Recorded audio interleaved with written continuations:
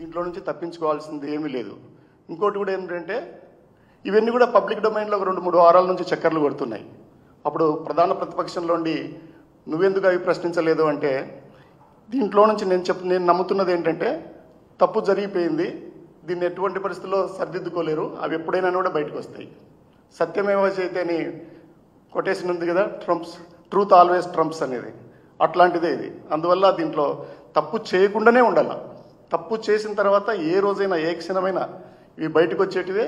ఎందుకంటే రిజిస్ట్రేషన్ డిపార్ట్మెంట్లు, తర్వాత SHCL అంటారు, stock holding corporation of India, police, revenue, స్టాంపుల శాఖ, ఎన్ని కావాలంటే అన్ని డిపార్ట్మెంట్లలో కూడా ఇవి ఉంటాయి. ఇవన్నీ కూడా మీరు గుర్తుపెట్టుకోవాలి. ఇంక అన్నిటికంటే నేను ఎక్కువ వరి అవుతున్నది ఏమిటంటే, నేను ఎవరిని నేరస్తుల్ని సమర్థించడానికి దీన్ని పెట్టట్లేదు, నేను ఈ మాట చెప్పట్లేదు. ఒక నేరస్తుని దేశ చట్టాల ప్రకారము మీరు అదుపులోకి తీసుకున్నప్పుడు, లేదా నిందితుని ఆరోపణలు ఉన్న వ్యక్తిని 24 గంటల్లో మీరు జడ్జి గారి ముందు తీసుకెళ్ళి మీరు అరెస్ట్ చూపాలా. ఇప్పటికి 5 రోజులు అవుతుంది. మీ సేవ బాబుతో పాటు తర్వాత భువనేశ్వర్ ఉన్నాడు, గొల్ల భువనేశ్వర్ ఉన్నాడు, తర్వాత ఇతను ఉన్నాడు, ఎవరు మన మంజు ఉన్నాడు ఈస్ట్ కోడిపల్లి నుంచి, తర్వాత వంటారెడ్డిపల్లి నుంచి మోహన్ ఉన్నాడు, మీ సేవ బాబు ఉన్నాడు. నలుగురిని కూడా పోలీసులు అదుపులు తీసుకున్నారా లేకపోతే ఎమ్మెల్యే అదుపులో ఉన్నాడనేది తెలియట్లేదు. నేను డీజీపీ గారిని కోరేది ఏమిటంటే, మీరు అరెస్ట్ చూపి ఏ విచారణ చేస్తారో విచారణ చేయండి. మీరు అన్నీ వాళ్ళతో చెప్పించుకున్న తర్వాత అనుకూలంగా ఎమ్మెల్యేకు ఎస్ఆర్స్ కన్స్ట్రక్షన్కి అనుకూలంగా రాయించుకున్న తర్వాత మీరు అరెస్ట్ చూపిస్తామంటే అది ఏ రకంగా పద్ధతి అని నేను అడుగుతున్నాను. మీరు ఏదో స్టాంపు చట్టాల ప్రకారం చూపించారు నాకు. మ్యాక్సిమం 2 లక్షలే కట్టాల్సింది. ఈవెన్ 1000 కోట్ల రూపాయలు లోను ఐపొత్తికేషన్ తీసుకున్నా, మోటగేజ్ తీసుకున్నా 2 లక్షలే.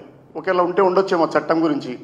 అది మీరు చెప్పిన అంశకథలు వాళ్ళు రేపు వచ్చిన తర్వాత ఈడీనో సిబిఐనో వచ్చిన తర్వాత వాళ్ళు నిర్ణయం తీసుకుంటారు ఏం చేయాలనేది. మీరు కేవలం 20,000 కుటుంబాల గురించే మీరు వరి అవుతున్నప్పుడు, ఈ దేశంలో కేవలం పన్నుల మీదనే ఆధారపడి ప్రభుత్వానికి ఆదాయం వస్తుంది, వేరే మార్గం లేదు. ఈ స్టాంపులు కావచ్చు, వేరే ఏదైనా ఇతరత్ర ఆదాయాలన్నీ కూడా ఈ దేశాన్ని ఎలా రక్షించుకోవాలా, డిఫెన్స్ ఏం కావాలా, రైల్వేస్ ఏం కావాలా, విమానాలు ఏం కావాలా, వీటికన్నిటికి కూడా ఆదాయం వీటి నుంచే కదా వస్తుంది. నీ సంస్థ ద్వారా 22,000 కుటుంబాలకు నుంచే నువ్వు ఆలోచన చేసినప్పుడు ఈ దేశం మొత్తం మీద ఆ బాధ్యత ఎవరు తీసుకుంటారు? అవన్నీ కూడా పోలీస్ శాఖ, రెవెన్యూ శాఖ వీళ్ళే కదా తీసుకుంటారు. అందువల్ల ఆడిటర్లు ఉన్నది సంస్థల యజమానులకు, సంస్థల కంపెనీలకు ఆదాయాలు పెంచడానికే కాదు, దేశానికి, దేశ భద్రతకు సంబంధించి దేశం యొక్క ఆర్థిక వ్యవస్థని మెరుగుపరచడానికి కూడా మీరు పనిచేయాలి. కేవలం 20,000 కుటుంబాల కోసమే కాదు పనిచేయాల్సింది, దేశం మొత్తానికి కూడా పనిచేయాల్సిందే. అలాంటప్పుడు ఎవరైనా కూడా దాన్ని ప్రశ్నించాల్సిందే. ఒక ప్రధాన ప్రతిపక్షం స్థాయిలో నేనున్నాను కాబట్టి. ఇంకోటి చెప్పాలంటే, as a YSRCP, as a opposition we are working at Kalyan Durgam. మేము పనిచేస్తున్నాం కాబట్టి మాకు ఈ వివరాలన్నీ తెలుస్తూ ఉన్నాయి, మా దగ్గరికే వస్తుంటాయి. ప్రజలు ఇబ్బందులు పడుతున్నప్పటికీ మాకే తెలుస్తాయి. ఎక్కడన్నా ప్రభుత్వం అక్రమాలు చేస్తున్నప్పుడు, అవినీతికి పాల్పడుతున్నప్పుడు మాకే తెలుస్తాయి. మేమే గొంతును ఇప్పాల్సింది కూడా. అందుకే ఆ గొంతును నేను గట్టిగా వినిపించదలుచుకున్నాను. ఒకవేళ కళ్యాణ్ దుర్గంలోనో అనంతపురంలోనో నేను ఈ గొంతు వినిపిస్తే పొలిమేరలు దాటుతుందో లేదో అని తెలిసి అనుకొని డౌట్ వచ్చి నేను ఇక్కడికి వచ్చి వినిపిస్తున్నా. ఎందుకంటే మీకున్న ఇన్ఫ్లుయెన్స్, నిన్న మీ ఆడిటర్ గారు చెప్పారు, కరోనా టైంలో పోలీసులకు సాయం చేశారు, మీడియా మిత్రులకు సాయం చేశారు, అందుకే ఆయన ముగ్ధుడైపోయినాడట. అందువల్ల అలాంటి సంస్థని మీరు బురద చల్లకండి అని చెప్తున్నారు. నేను మరోసారి చెప్తున్నది ఏంటంటే, ఇదొక పెద్ద స్కాము, దేశ ఆర్థిక వ్యవస్థని చిన్నాభిన్నం చేసేది. ఒక ఈ స్టాంపు, నకిలీ స్టాంపుల కుంభకోణం తర్వాత దానికి ప్రత్యామ్నాయంగా లేదా ఫుల్ ప్రూఫ్ సిస్టమ్ని తీసుకొస్తే, అలాంటి సిస్టమ్ని వాడు ఛేదించి ప్రభుత్వానికి, ప్రజల్ని మోసం చేస్తున్నాడంటే, నేను చెప్తున్నది ఏంటంటే, మీ సేవ బాబు ఎమ్మెల్యేను మోసం చేయలేదు, ఎమ్మెల్యే మీ సేవ బాబును మోసం చేయలేదు. మీరిద్దరు కలిసి ప్రజల్ని, ప్రభుత్వాన్ని మోసం చేశారు, ప్రభుత్వానికి రావాల్సిన ఆదాయాన్ని గండిగట్టారని నేను తెలియజేస్తున్నా. ఒక వ్యక్తికి వీలవుతుందా? వాడి స్థాయి ఏమి, వాడి చదువు ఏమి, వాడి తెలివితేటలేమి, మొత్తం వ్యవస్థని చిన్నాభిన్నం చేస్తున్నాడు, ఆర్థిక వ్యవస్థని. కేవలం ఇది అక్కడే జరిగిందా లేకపోతే వేరే ప్రాంతాల్లో కూడా జరిగిందా?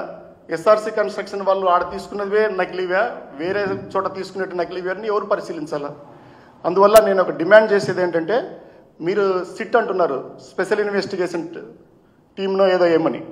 నేనేమిటి, మీరు కొద్దిమందిని ఇది చాలా అంత ఫుల్ ప్రూఫ్ సిస్టమ్నే వాడు ఛేదించినాడంటే దీనికి ఎక్కువ తెలివితేటలు, ఇంకా ఎక్కువ వ్యవస్థ కావాలా? మీ గవర్నమెంట్లో మీరే సిట్ వేసుకొని మీరే సర్టిఫికేట్లు ఇచ్చుకుంటే రేపెట్లా?